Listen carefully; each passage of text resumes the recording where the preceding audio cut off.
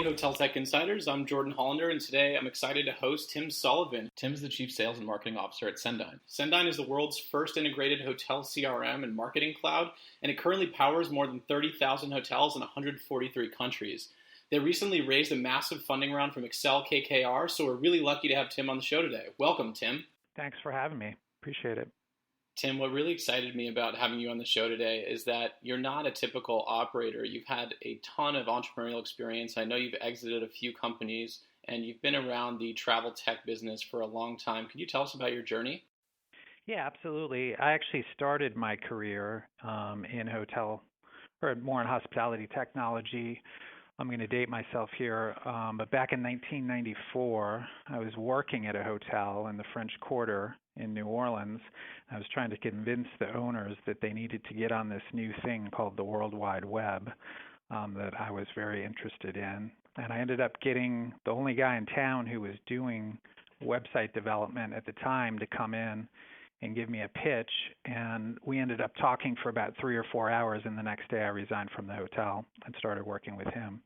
And we ended up building what was the first online travel portal for the city of New Orleans called the New Orleans Connection. We ended up selling that portal to a regional ISP that I joined on, and then through several acquisitions acquired by NTT Communications, the big Global 2000 telecommunications company. So I stayed on with NTT for a while, worked there in product management and marketing and e-commerce, which was a fantastic experience, and then left in 2004 and co-founded a startup that was in the e-commerce and ad tech space.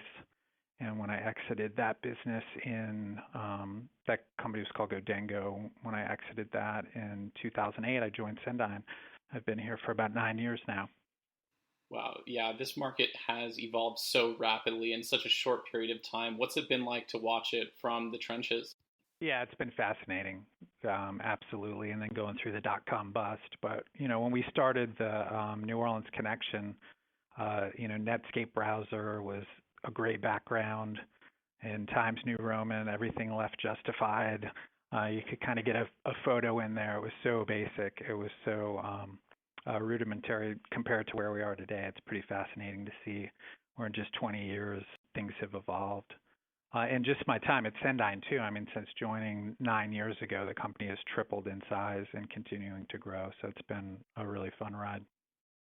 You obviously have a huge passion for hotels and technology. What excites you most about this industry? It's a fun industry. It's hospitality. So most of the people that you work with and run into working in the industry are just really great, fun people. So I couldn't agree more. I'm meeting such incredible people every day, and I'm sure that'll keep me around for quite some time. What's the biggest change that you've seen in the industry since you started? Well, the biggest change is the rise of the OTAs, I would say. And you can't pick up a trade publication without reading about that. But I think the hotels had an opportunity back in the early days we were talking about to really own that space, and they kind of ceded that world to the OTAs, and that continues to have a pretty major impact on the industry.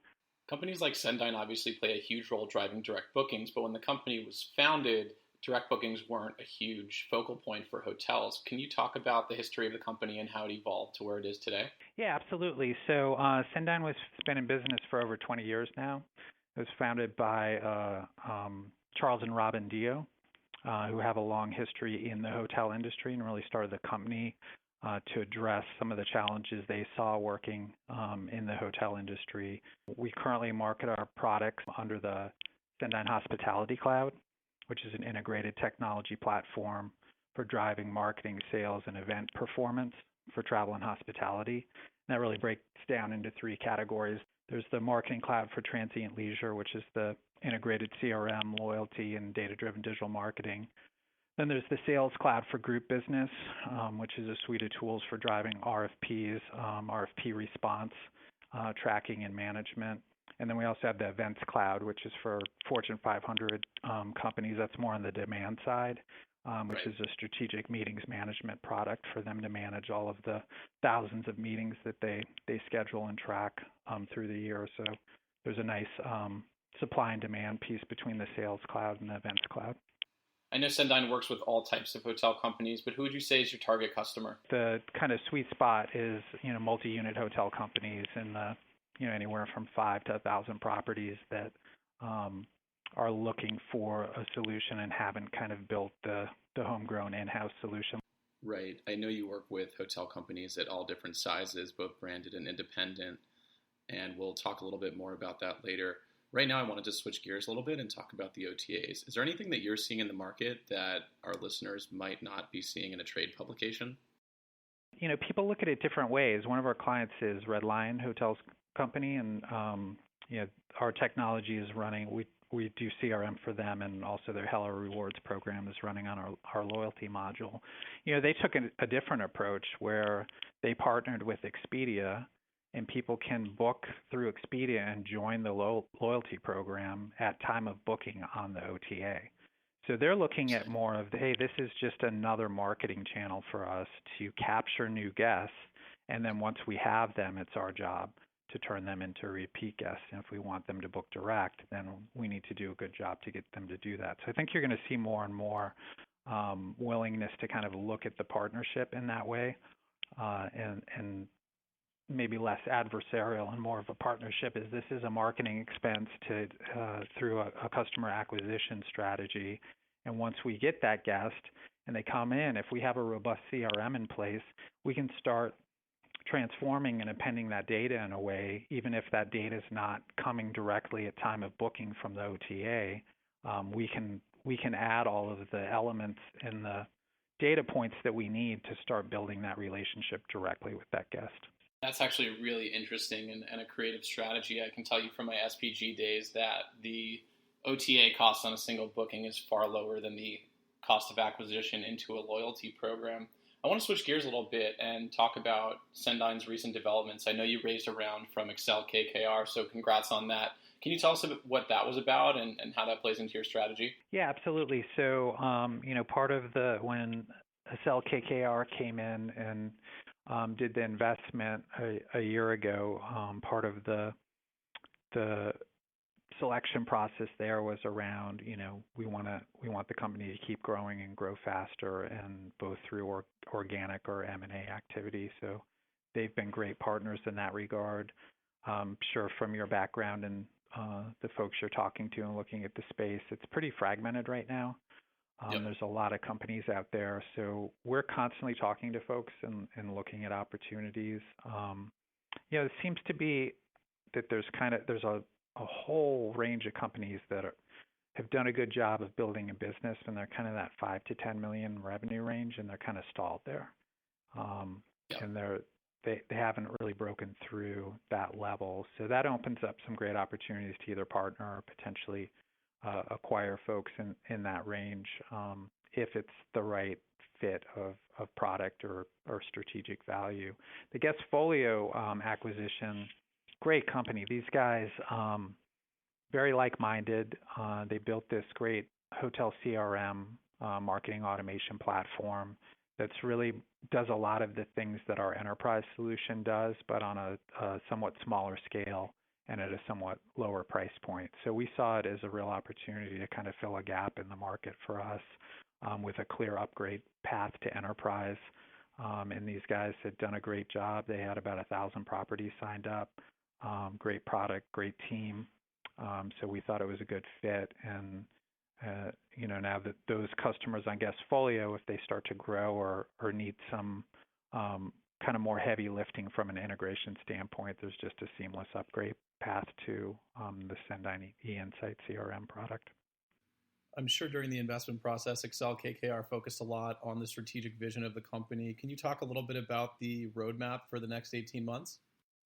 Yeah, I would say in the shorter term, over the next 18 months, there's a lot of focus on the CRM product around the marketing automation piece and continuing to bolster those capabilities. We're currently have over 150 interfaces and connections to different systems and data sources that we can pull in, and we will continue to expand that, which is kind of core to our mission and core to what we try to do. So the kind of product roadmap and R&D budget is all around integration, and then once that data is in, more tools for more segmentation and marketing automation against that data once it comes in. I'm not surprised that there's such a focus on data integrations with the rise of AI and machine learning. Can you talk about the real applications that you see in the short term for leveraging these data sources with some of these techniques? When you're thinking about automation and AI and machine learning, there's an opportunity in CRM to have the system respond automatically to real-time situations that are taking place. For example, a group cancels, and all of a sudden you have this 200-room hole in your PACE report, and you're going to miss your quarter and maybe your year. The knee-jerk reaction to that is, we have to have a sale, we have to have a discount, just get the rooms filled as quickly as possible. With automation, you can have that set up so the signal is sent and the system knows. So there's an issue with PACE. Not only can that kick off an automated report to the appropriate people in the hotel, but where we see it going is it automatically sends the right campaign to the right audience to address that issue. And instead of going for the lower cost sales, so you're filling those rooms at half of what you would have gotten for them, it already knows the segmentation. Let's look at drive market. Let's look at people who stayed last year during those dates and the year before during those dates who booked at this ADR or higher, and we're automatically going to get a campaign in front of them. As they start responding, now we're going to do a lookalike model against those and get that same message out in an acquisition fashion to people who look just like the people who are responding across any digital marketing channel. So you can get pretty sophisticated with it, and we definitely have an eye on how we can continue to build those tools and more sophistication into the CRM platform. So we've talked a lot about the uses of data and artificial intelligence in hotel marketing today. Can you take a step back and tell us about the data sources that you're tapping into to drive these insights? As guests move through the guest journey in both the planning, the booking, the stay, and the post-stay, there's a tremendous amount of data there.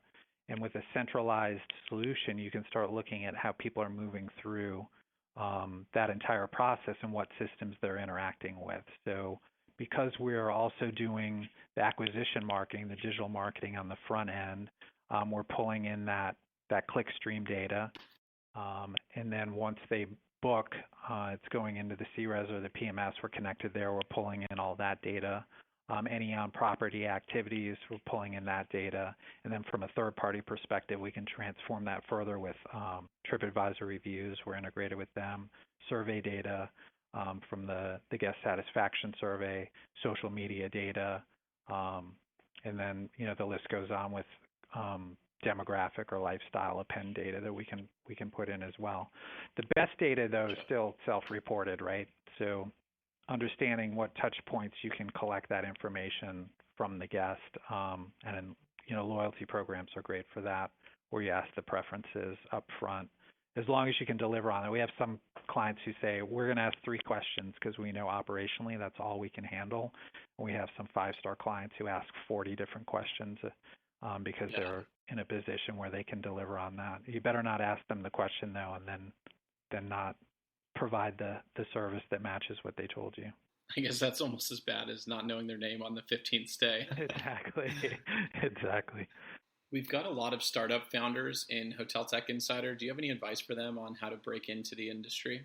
I'm talking to folks who are just coming in, or startups in the industry that are trying to carve their way in with a new product. They usually have great technology, and I always tell them, though, have some great advisors or hire some people from the industry because it's a difficult one to navigate. And the relationships. Hospitality is a relationship industry. Well, we've covered a ton of ground today. Before I let you go, I wanted to ask who you think are the most innovative hotel companies in the market. One of my favorite hotel brands that I really love is The Standard.